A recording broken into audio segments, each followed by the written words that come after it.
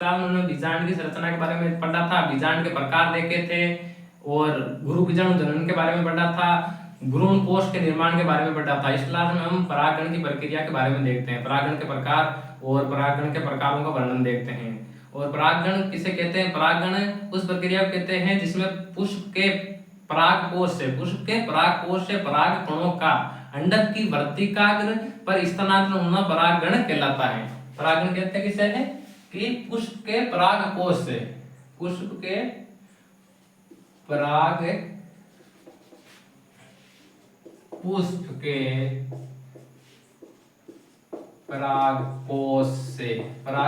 से पराग कणों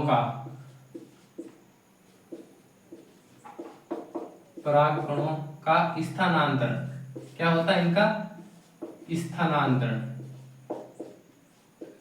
स्थानांतरण अंडक की वर्तिकाग्र पर होता है।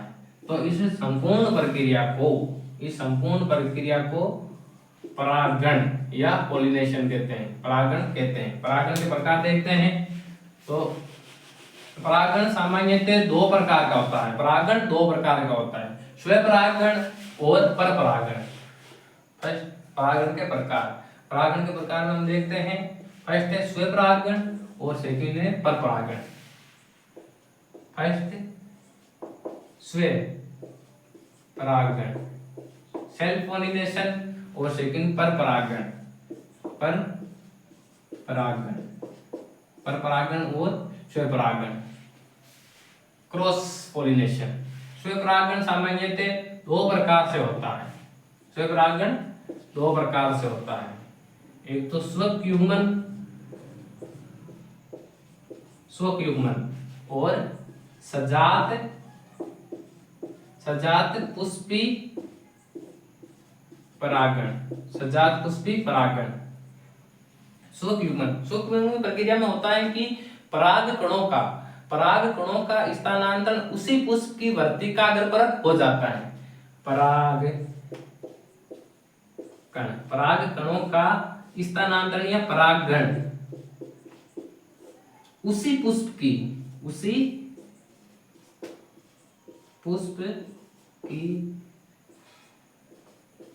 वर्तिकाग्र पर हो जाता है। उसी पुष्प की वर्तिकाग्र पर होता है। इसमें पादप सेम रहता है और पुष्प भी सेम रहता है। और पादप भी सेम रहता है। जबकि सजात पुष्पी परागण में हम देखते हैं कि परागकण है उनका स्थानांतरण या परागण, पराग कणों का स्थानांतरण या परागण उसी पादप के किसी अन्य पुष्प की वर्तिकाग्र पर होता है। उसी पादप के किसी अन्य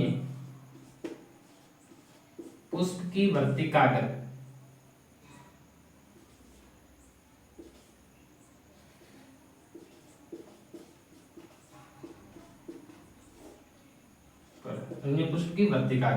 इसमें पादप सेम और पुष्प अलग होता है। परपरागण की प्रक्रिया में हम देखते हैं कि परागकण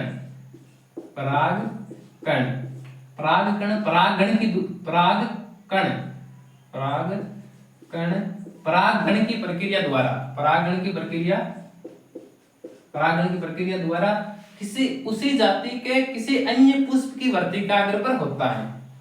पराग कणों का स्थानांतरण परागण प्रक्रिया द्वारा उसी जाति के किसी अन्य पुष्प की वर्तिकाग्र पर होता है।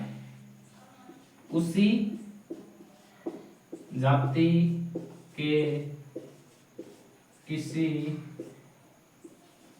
अन्य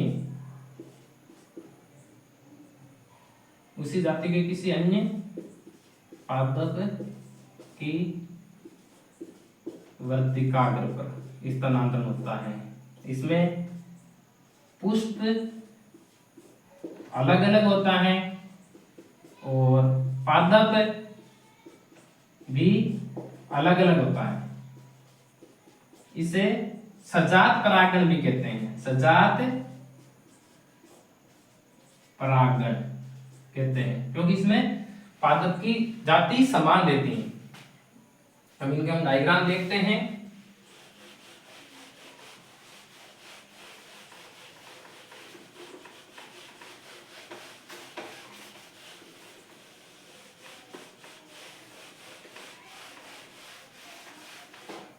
डायग्राम में हम देखते हैं कि सूक्ष्म युग्मन की प्रक्रिया में ये पुष्प हो गया, ये उसका वर्तिकाग्र भाग,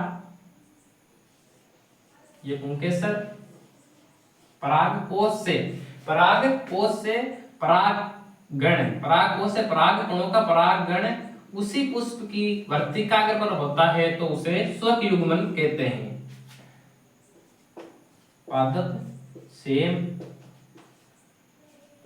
पुष्प सेम, पादप सेम, पुष्प सेम। सजात पुष्पी परागण, सजात पुष्पी परागण में देखते हैं कि पादप सेम, पुष्प अलग अलग, पादप सेम, पुष्प अलग अलग।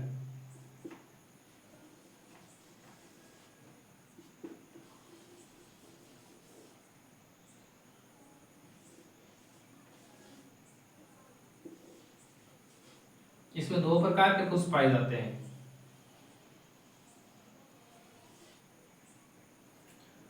पराग कोश से पराग कणों का स्थानांतरण उसी पादप के किसी अन्य पुष्प की वर्तिकाग्र पर होता है, उसी पादप के किसी अन्य पुष्प की वर्तिकाग्र पर होता है। मादा पुष्प और नर पुष्प, नर पुष्प, इसमें पादप तो सेम रहता है और पादप सेम, पुष्प अलग अलग, पुष्प अलग अलग होता है, पुष्प अलग अलग। और पर परागण की प्रक्रिया में देखते हैं इसका डायग्राम, तो पादप भी अलग अलग और पुष्प भी अलग अलग, पादप भी अलग अलग और पुष्प भी अलग अलग।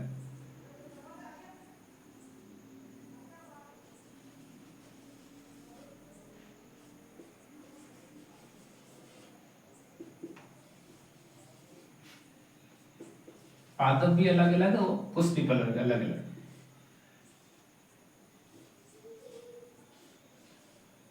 नर पादप, नर पादप और मादा पादप, मादा पादप, मादा पुष्प, नर पुष्प। इसमें किसी उसी जाति के मतलब पराग कणों का स्थानांतरण उसी जाति के किसी अन्य पुष्प की वर्तिकाग्र पर होता है तो उसे पर परागण कहते हैं, उसे पर परागण कहते हैं। इसमें पादप दो प्रकार के पाए जाते हैं, नर पादप और मादा पादप।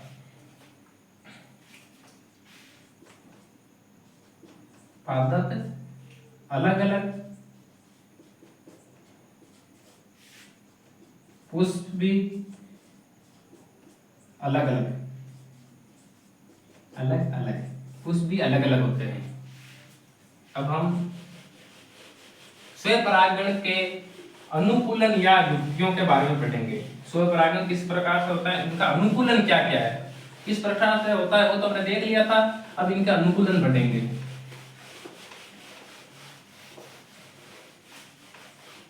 स्वयं परागण के अनुकूलन,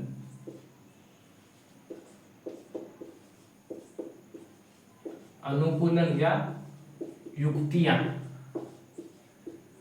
स्वपरागण होने के लिए क्या अनिवार्य है, एक तो पुष्प उभयलिंगी होना चाहिए या द्विलिंगी होना चाहिए। पुष्प उभयलिंगी होना चाहिए, फर्स्ट है उभयलिंगता।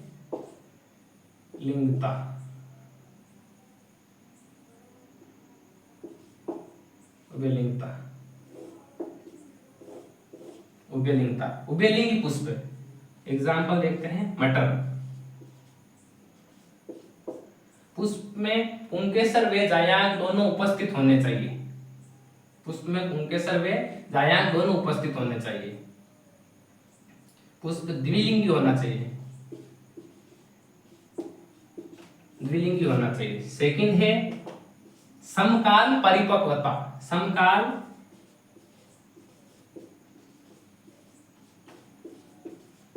समकाल परिपक्वता। समकाल परिपक्वता उसे कहते हैं कि पुंकेसर व जायांग के वर्तिकाग्र भाग का विकास समान समय पर होना।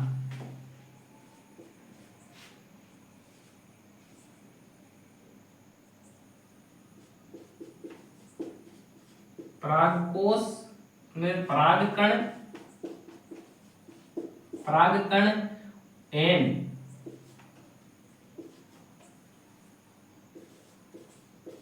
वर्तिकाग्र का विकास समान समय पर होना या एक समय पर होना।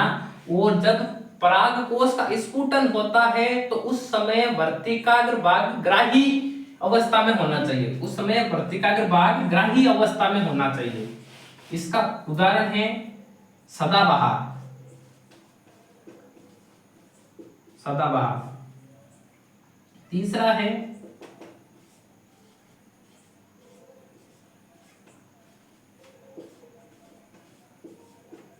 अनुउन्मील्यता। अनुउन्मील्यता उसे कहते हैं कि इसमें पुष्प सदैव बंद अवस्था में ही रहता है, कभी खुलता नहीं है। पुष्प सदैव बंद अवस्था में ही रहता है। इसमें स्वयं परागण के अलावा अन्य परागण होने की संभावनाएं मिट जाती हैं।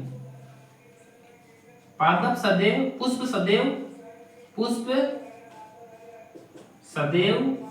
बंद अवस्था में, बंद अवस्था में, बंद ही रहता है। पुष्प सदैव बंद ही रहता है। पुष्प सदैव बंद ही रहता है। पुष्प सदैव बंद ही रहता है। अब पर परागण की युक्तियां देखते हैं।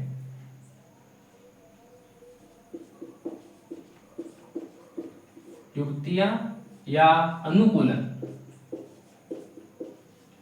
अनुकूलन फर्स्ट है स्वबंध्यता। स्वबंध्यता की प्रक्रिया में होता है कि उसी पादप का, सेम पादप का परागकण सदैव अपने ही पादप की वर्तिकाग्र पर अगर परागित हो जाता है तो उसका अंकुरण नहीं होता, जिससे उनमें निषेचन की प्रक्रिया नहीं होती।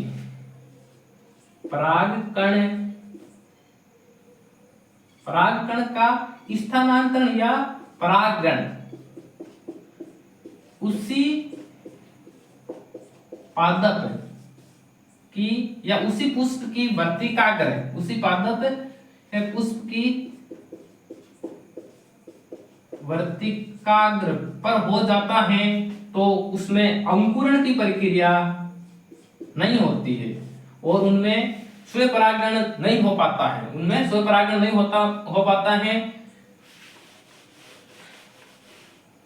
उनमें सदैव पर परागण ही करवाया जा सकता है। सेकंड है एक लिंगाश्रयता, यानी पादप हमेशा एक लिंगी ही होगा। पादप सदैव एक लिंगी ही होगा, या तो वो पादप नर पादप होगा या मादा पादप होगा। यदि किसी पुष्प पर यदि किसी पादप पर नर पुष्प या मादा पुष्प दोनों उपस्थित हो तो वो सजात पुष्पी परागण में आ जाएगा। और यदि किसी पादप पर नर पादप अलग हो जिस पर ओनली फॉर नर पुष्प उपस्थित हो और मादा पादप अलग हो जिस पर ओनली फॉर मादा पुष्प उपस्थित हो तो पर परागण की स्थिति में आ जाएगा। पर परागण की स्थिति में आ जाएगा। थर्ड है भिन्न काल परिपक्वता। भिन्न काल परिपक्वता, भिन्नकाल परिपक्वता। भिन्नकाल परिपक्वता में पुंकेसर के परागकण और जायान बाग के परिपक्व होने की स्थिति अलग अलग होती है। ये दो प्रकार से होता है। फर्स्ट है पुपूर्वता, यानी पुंकेसर पहले विकसित हो जाएंगे। पुपूर्वता और स्त्री पूर्वता, स्त्री पूर्वता, पुपूर्वता और स्त्री पूर्वता। पुपूर्वता में होता है कि पुंकेसर पहले विकसित हो जाते हैं।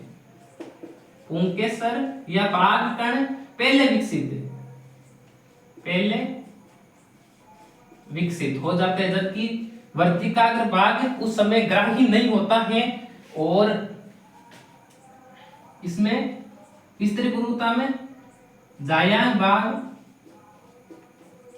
भाग या स्त्री केसर भाग पहले विकसित हो जाता है, इसमें हम देखते हैं कि तीसरा हो गया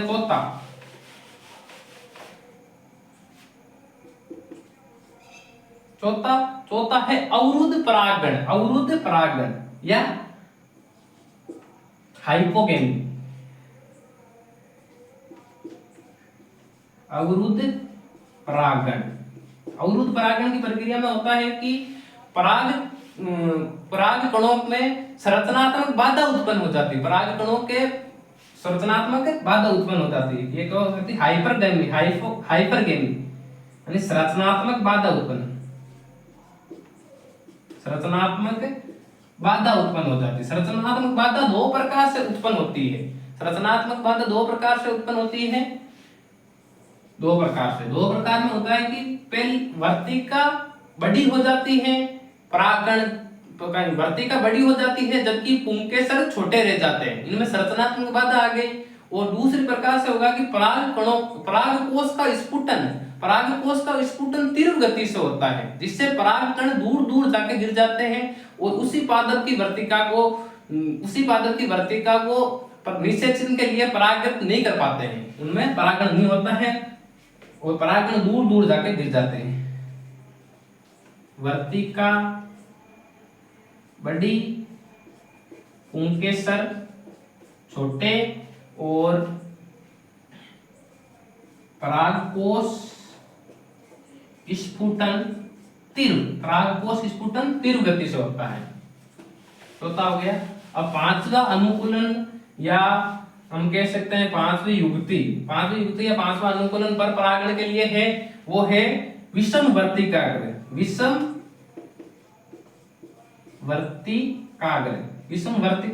वर्तिकाग्र में होता है कि या तो वर्तिका छोटी रह जाएगी या वर्तिका बड़ी रह जाएगी। या तो क्या होता है, पुंकेसर बड़े, वर्तिकाग्र भाग छोटा, और या फिर हो जाएगा पुंकेसर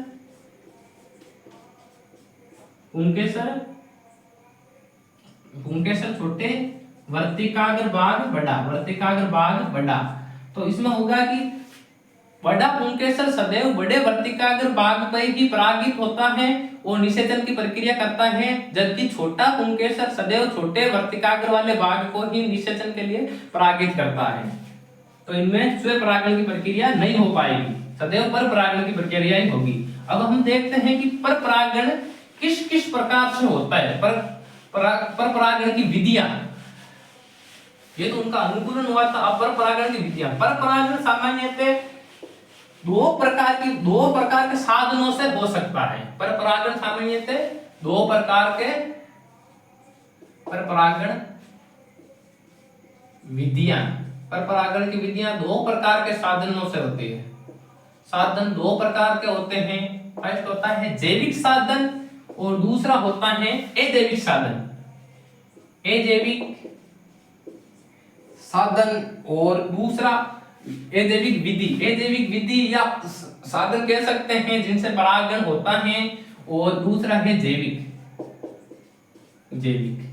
अजैविक में देखते हैं तो एक तो वायु द्वारा दूसरा जल द्वारा, जल द्वारा। और जैविक में देखते हैं तो कीटों द्वारा,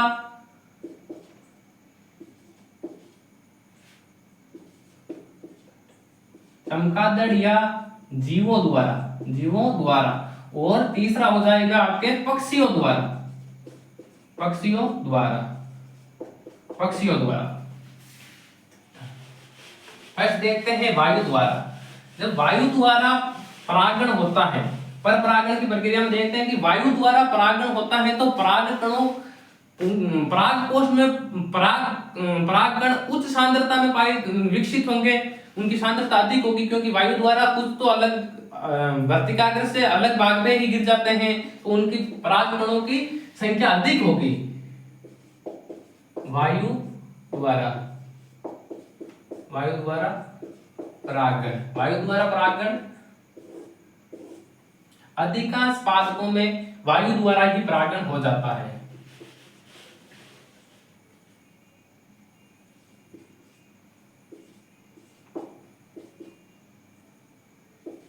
परागकण अधिक संख्या में बनेंगे।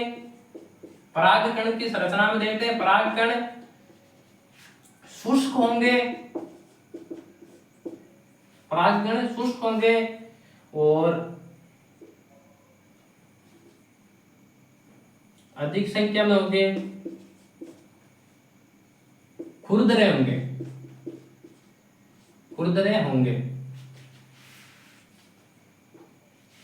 जबकि अधिकांश पादपों में इनके द्वारा ही हो जाता है। सेकंड है जल द्वारा, जल द्वारा। जल द्वारा में देखते हैं कि जल द्वारा परागण दो प्रकार से होता है, दो प्रकार से होता है। एक तो जल की सतह पर, एक जल के अंदर। जल की सतह पर परागण और जल के अंदर परागण, जल की सतह और जल के अंदर परागण।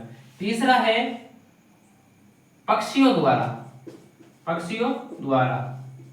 पक्षियों द्वारा परागण की प्रक्रिया में देखते हैं कि पक्षी पादपों पर बैठते हैं और पक्षियों के साथ, उनके पक्षियों द्वारा होता है तो उनमें परागकण चिपचिपे होते हैं, तो पक्षियों के शरीर के साथ चिपक कर दूसरे पुष्प पे चले जाते हैं और उनमें निषेचन की प्रक्रिया हो जाती है, परागण की प्रक्रिया हो जाती है। चौथा चमगादड़ों द्वारा या जीवों द्वारा, या जीवों द्वारा, उसमें ही पक्षियों द्वारा वैसे सेम प्रोसेस। चमगादड़ भी किसी दूसरे एक पादप के पुंके से लेकर उनके साथ शरीर के साथ चिपक जाते हैं और दूसरे पादप के पुष्प के आसपास में बैठते हैं, तो उसके वर्तिकाग्र पर उन परागकणों का परागण हो जाता है।